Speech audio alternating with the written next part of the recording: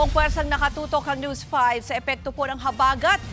Pahirapan ang biyahe ng mga motorista at commuter ngayong Lunes dahil sa baha sa mga pangunahing kalsada sa Metro Manila. At live mula sa Makati, may express report si Mon Gualvez. Unahin muna natin. Ayan, Mon, okay. Kamusta, Mon? Mukhang may baha pa dyan sa kinatatayuan mo.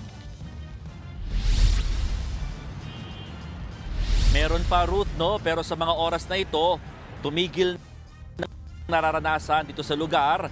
Although may mga ambon pa, pero nakikita nyo nga sa likod ko, talagang lubog pa rin sa matinding baha. Itong bahagi ng Buendia Avenue dito nga sa Makati, kaya talagang pahirapan sa mga commuter, maging sa mga motorista. Actually, round 2 na ito ng pagbaha dito sa lugar. Nagsimulang maramdaman yung baha dito bandang alas 9 kaninang umaga nang magkabuhol yung traffic sa corner ng Osmeña Highway dito nga sa Buendia, Makati. Hindi makadaan ng maraming motorista dahil sa binahang kalsada. Ang ilang commuter napilitan na lang maglakad sa may Center Island. May ilang rider itong matinding baha. Ang isang rider nga tinulak na lang ang kanyang motorsiklo matapos tumirik sa baha. Habang ang ilan nagpapasan na para lang makatawid sa kabilang kalsada. Sa Chino Roses Avenue, isang sasakyan din ang na-stranded dahil sa matinding baha. Hindi na nakaandar ang sasakyan matapos malubog sa lagpas na tubig. Pahirapan din ang biyahe sa may Magallanes Tunnel dahil sa lagpas tuhod na tubig baha. Pilit na tumawid ng mga motorista sa kabilang dulo ng kalsada kasabay ng walang tigil na ulan. Gutter deep naman ang naranasang baha sa may Quirino Avenue, corner Taft Avenue sa Maynila. Biglang taas din kasi ang tubig baha dahil sa walang tigil din na pag-uulan sa lugar. Binaha rin ang ilang bahagi ng EDSA Boni northbound sa Mandaluyong at nagdulot din ito ng mabigat na daloy ng traffic. Nalubog din sa baha ang tapat ng Mandaluyong City Hall. Tanging mga SUV lang ang nakakadaan sa kalsada. Ruth, ipakita ko lang muna sa inyo sitwasyon ngayon dito sa may Buendia. Actually, may higit 1 oras na or 3 oras na itong ganitong baha dito sa lugar. Kaya ang mga commuter, nakikita nyo, dumadaan na lamang sa may Center Island. No choice yung iba kundi magtaas ng pantalon, bitbitin ng sapatos at magpaan na lamang para sa safety din ng kanilang paglalakad dito sa lugar. May ilang mga sasakyan dito sa area dahil yung ibang mga motorista, lalo na yung mga motorsiklo, natatakot suungin itong baha dahil baka tumirik dahil may mga insidente na kanina na talagang tinulak na lamang yung kanilang mga motorsiklo para lang makatawid at makadaan dito sa lugar. Sabi ng MMDA, tila nabulunan daw yung dami ng volume na bumagsak dito sa lugar. Although tuloy-tuloy naman daw ang pagpapump nila ng tubig papunta sa Tripa de Galina na siyang labasan ng tubig mula dito sa Makati at papunta na rin sa may Libertad sa Pasay, no? At paalala lang sa mga kapatid natin motorista, maaaring siguro iwasan muna itong area na ito para hindi rin kayo mabalahaw. Bagamat passable naman siya sa ilang mga sasakyan, maigi na daw mag-ingat at umiwas na sa mga pagbaha dito sa lugar. Ruth? Mon, huminto na nga yung pag-ulan dyan pero may baha pa rin. Ano? So ang next na problem ng ating mga kapatid yun namang mga pauwi na. Kasi di ba marami na rin nagsuspend ng opisina, may iba nga klase pero late na rin suspend. Ano? Kamusta naman halimbawa yung transportasyon dyan? Sabi mo yung mga motor medyo nahihirapan dumaan. Oo, Ruth. Actually, ang mga nakakadaan lang halos, itong mga naglalakihang bus dito sa lugar. Yung mga motorsiklo, yung mga motorcycle taxi, mukhang mahihirapan sila dito kasi may mga ilang kami nakausap na mga rider na no choice kundi bumaba na yung pasahero dahil hindi talaga kinaya ng mga motorsiklo. May mga kolong-kolong na nag-aalok ng mga pagtawid ng mga commuter kung sakasakaling mahihirapan sila tumawid sa ganitong baha. Nasa 20 pesos naman ang bayad kada ulo, no? So, may ilan na may paraan pa rin naman, pero yun nga, very hassle sa mga commuters yung ganitong klaseng sitwasyon dahil talagang mataas pa rin ang baha. Ang sinasabi ng MMDA, kung hindi na talaga bubuhos itong ulan, around 30 to 40 minutes daw, gaya kaninang umaga, uhupa na rin sa lugar. Ngayon lang kasi halos huminto itong pag-ulan dito sa area na kung saan naroon kami ngayon, Ruth. Mon, hindi mo siguro napansin, nakikita kasi namin yung jeep sa likod mo, parang tumirik na umuusok Oo, tumirik na. Oo.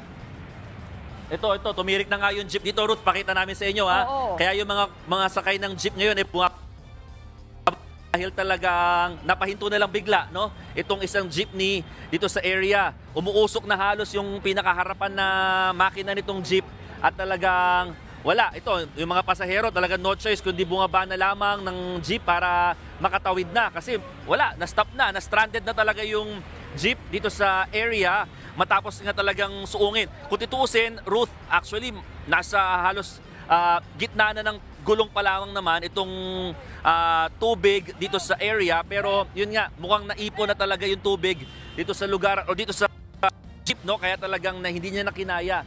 So ngayon, talagang may mga traffic enforcers din naman dito sa area na maaaring tumulong din dito sa na-stranded na jeepney. Ruth. Isa pang problema yung mga ganyan, ano, yung kasi hindi natin alam, baka talagang matagal-tagal na rin na sinuong ng baha ng yung jeep na yan, ano, kaya kawawa yung pasahero, kawawa din naman yung driver, ano mo. Sige, ingat kayo dyan, yan po ang Express Report ni Mon Gualvez mula sa Makati. Ipinatatawag ng LTO ang tauhan ng NBI na naghamon umano ng barilan sa mga traffic enforcer sa Lipa City, Batangas. Ayon sa LTO, sinutan ng kanilang mga enforcer ang driver ng sasakyan na iligal na nakaparada. Sa kalagitnaan ng pakikipag-usap, dumating ang NBI personnel na ama pala ng driver. Dito na kinumpronta ng taga-NBI ang mga LTO enforcer at naghamon ng barilan.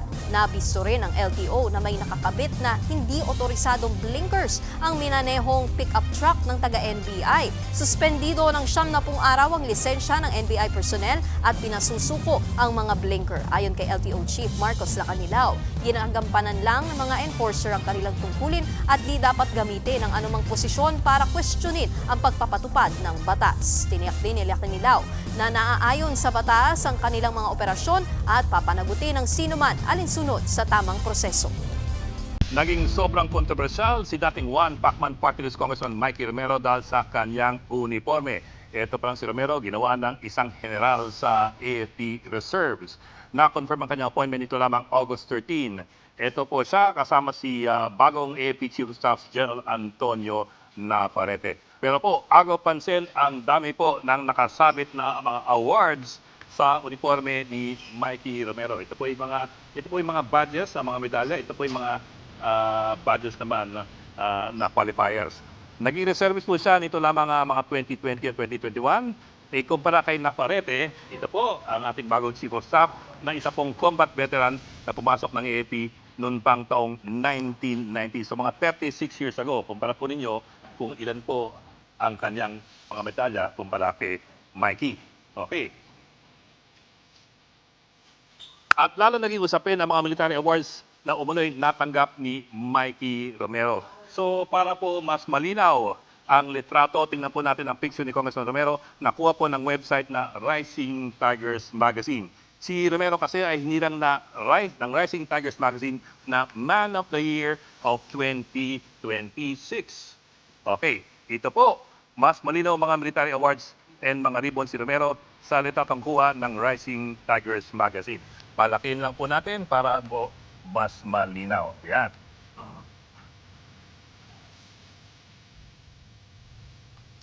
Ito po ang sinasabing pinaka-controversial na award ni Romero. Ito pong kulay blue na merong 3 puti na stripes. Yan po ang Gold Cross Award. Bakit po controversial? Ito po ay ginagawad lamang sa mga combat veterans nagpakita ng direct gallantry, bravery, or valor during combat. Ito po ang 3rd highest combat medal na binibigay ng AFP. Sabi nga ng isang Gold Cross awardee na nakausap ko kagabi, napakahirap po makakuha nito, dadaan ka talaga sa butas ng karayom. At lalong imposibleng makuha ito ng isang taong hindi pa raw napapasabak sa digmaan. Hindi lang po yan, may 4 pa na medalya na ngayon nakwe-question. Ito po, ang Luzon Anti-Dissidence Campaign Ribbon, binibigay sa mga sumama sa counter-insurgency campaigns ng gobyerno sa Luzon.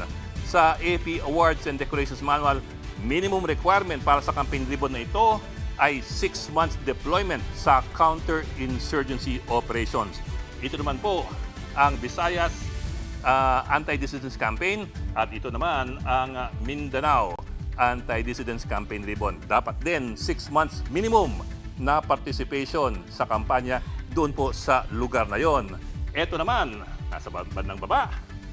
Yan po ang Kalayaan Island Group Campaign Ribbon. Kailangan mo ng 2 months immersion sa Kalayaan Island Group o kung tawagin natin ngayon ay Spratly Islands. 2 buwan po. Ito naman po, kung mapapansin ninyo, itong mga tuldok-tuldok na ito. Yan po, dami. Tuldok po na bakal na yan, ang opisyal na tawag yan ay appurtenances. Pero sa mga sundalo, ang tawag nila dito ay kuto. Kung magawaran ka ng isa pang karagdagang gold cross halimbawa, pwede ka magdagdag ng kuto sa iyong ribbon. Ang ilan po sa mga ribbon ni Romero may 4 na kuto. Ibig sabihin, paulit-ulit na raw siyang binibigyan ng award ng parehong medalya. So yan po, nakatiga-4 na paulit-ulit. Sa isang pahayag, sinabi ni Romero kahapon na hindi naman niya hiningi ang mga award niya at kusang binigay raw ito ng AFP sa kanya. Tumulong din daw siya sa AFP modernization at sumama sa mga tinatawag niyang frontline mission sa Pag-asa Island, Batanes, Basilan at sa Jolo. Bagay naman na dapat nga pahalagahan. Ang tanong lang, sapat ba ang mga pagdalaw o pagbisita niyang ito para mabigyan ng mga combat awards na bihirang-ihirang sa mga tunay na veterano ng digmaan? Pinipigilan ng kampo ni Vice President Sara Duterte ang posibleng paglabas ng arrest warrant laban sa bise. Alam mo, Lord, tumunog to kahapon na possible daw may arrest warrant. Para sa kasong grave threats, kaugnay ng sinabi ng Vice Presidente na may kinausap na raw siyang handang papatay kay Pangulong Marcos, First Lady at dating House Speaker. Ayon sa kampo ng bise, hindi dapat maglabas ng arrest warrant ang korte hanggat hindi pa nare-resolba ang isa pa nilang motion. Ano ba yan? Kine-question kasi ni VP Sara ang jurisdiction ng korte, lalo't isa siyang impeachable official. So Lord, parang tinatanong nila kung covered niyo ba kami? Pwede na nga ako ma-impeach, tapos papakulong niyo pa. Kung pwede raw yung mangyari sa bise, pwede rin yan mangyari sa iba pang opisyal. Oo, kasi jurisdiction din ang usapan dyan. Humiling din ang kampo ng Vice Presidente na magkaroon ng oral arguments para mailatag nila ang kanilang depensa. Bukod pa dyan, una nang pinababasura ng kampo ng Vice ang kasong grave threats. Pakinggan natin ang pahayag ng abogado na Vice Presidente na si Attorney Lin. Dahil sila ay impeachable officer, hindi dapat sila maaring kasuhan ng mga kasong kriminal katulad ng sinampa sa ating Vice Presidente. So yun yung dahilan kung bakit nag-file kami ng motion to quash. Very far-reaching and serious yung consequences presented by this issue. Wala pang pahayag ang DOJ tungkol sa isinusulong na oral arguments ng VP Sara Cam. Pero naunang giniit ni Prosecutor General Richard Fadulyon na hindi po pinagbabawalan ang pagkasampa ng kasong kriminal laban sa Vice Presidente. Sabi ng palasyo, tila pagbabanta ang sinabi ng kampo ng Vice Presidente na posible ring makasuhan ang ibang impeachable officials tulad ng Presidente kung sakali. Giit ni Castro, no one is above the law. Dapat daw managot ang sinumang lumalabag sa batas o umaabuso sa kapangyarihan. Tinanggi naman ng kampo ni VP Sara ang paratang ni Yusek Castro na nagbabanta daw sila. Ito ang sabi ni Attorney Joseph Lim. I respect the palace officer's opinion, no? But of course, it was never issued as a threat, no? Kasi nga, tama naman sinabi niya, no? No one is above the law. And I agree with that. If the Vice President has to answer, for example, for any crime, should it be now that she is still a sitting Vice President or later when she is no longer, no? If ever, no? Is it the same also for other impeachable officers? Should they also be, may they also be already prosecuted now while they are sitting, or will it be after? When they're no longer incumbent. Alam mo, sabi nga nila Lord, 'di ba? Kung gaano karaming abogado, ganoon din karami ang interpretasyon Correct. ng batas. So siguro konting context lang, hindi naman po kami mga abogado dito. Pero yung oral arguments kasi Lord, hindi naman talaga siya required para sa motion to quash. Pero kasi kapag motion to quash, kailangan mong kumbaga ipoprove mo na una, baka wala talagang offense na nagawa. Pangalawa, yung jurisdiction talaga, kung covered ka ba at may karapatan bang maglitis sa'yo itong nagkaso sa'yo. So kaya talaga siguro sila humihingi ng oral arguments. Sabi ng abogado ni VP Sara, at least ang abogado lang siya para dito sa kaso niya sa NBI. Oo. Yeah. Ito daw ay limited ang immunity ng Vice Presidente. Limited ang Oo. immunity. Okay. Marikasuhan lamang kapag bumaba na, pag wala na siya sa pwesto. Okay. Yun ang sinabi. Yan So po yun yun. ang ilalaban, expect natin ilalaban ni VP na may immunity pa ako habang nakaupo ako bilang So, Vice walang Presidente. ano. Pero So, iba walang yung jurisdiction. immunity ng Presidente. Iba yun, oo, 'di ba? So, mukhang ano, no? Medyo all fronts yung laban ni VP ngayon, ano? May impeachment ka, may kaso May ka. nagtanong sa kanya sa online press conference kung ano ang gagawin ng kampo nila sakaling hindi pagbigyan ng korte. Ang sagot ay, we will exhaust all possible legal remedies. Lagi naman ganun. Kailangan naman talaga. Yeah. Kailangan naman talaga. Pero, bigyan lang natin ng context. Itong sinasabing grave threat ito, wala itong pinagkaiba doon sa dinidinig sa impeachment case. Ha? Ito yung online press con niya noong 2024 na sinabi niya na pag may mangyaring masama sa kanya, may kinausap na siya para patayin si Pangulong Bongbong Marcos, First Lady Lisa Loretta Marcos, and si dating Speaker Romualdez. It's the same Ang leksyon grave dito threat ay na yan. Ano? mag-ingat sa mga online press con. Oo. Mag-ingat sa pagkasabi. Diba? Tila naubos na ang pasensya ni Akbayan Party List Representative Percy Sandanya matapos siyang punahin ng isang social media page na ginawa umanong katatawanan ang kanyang itsura.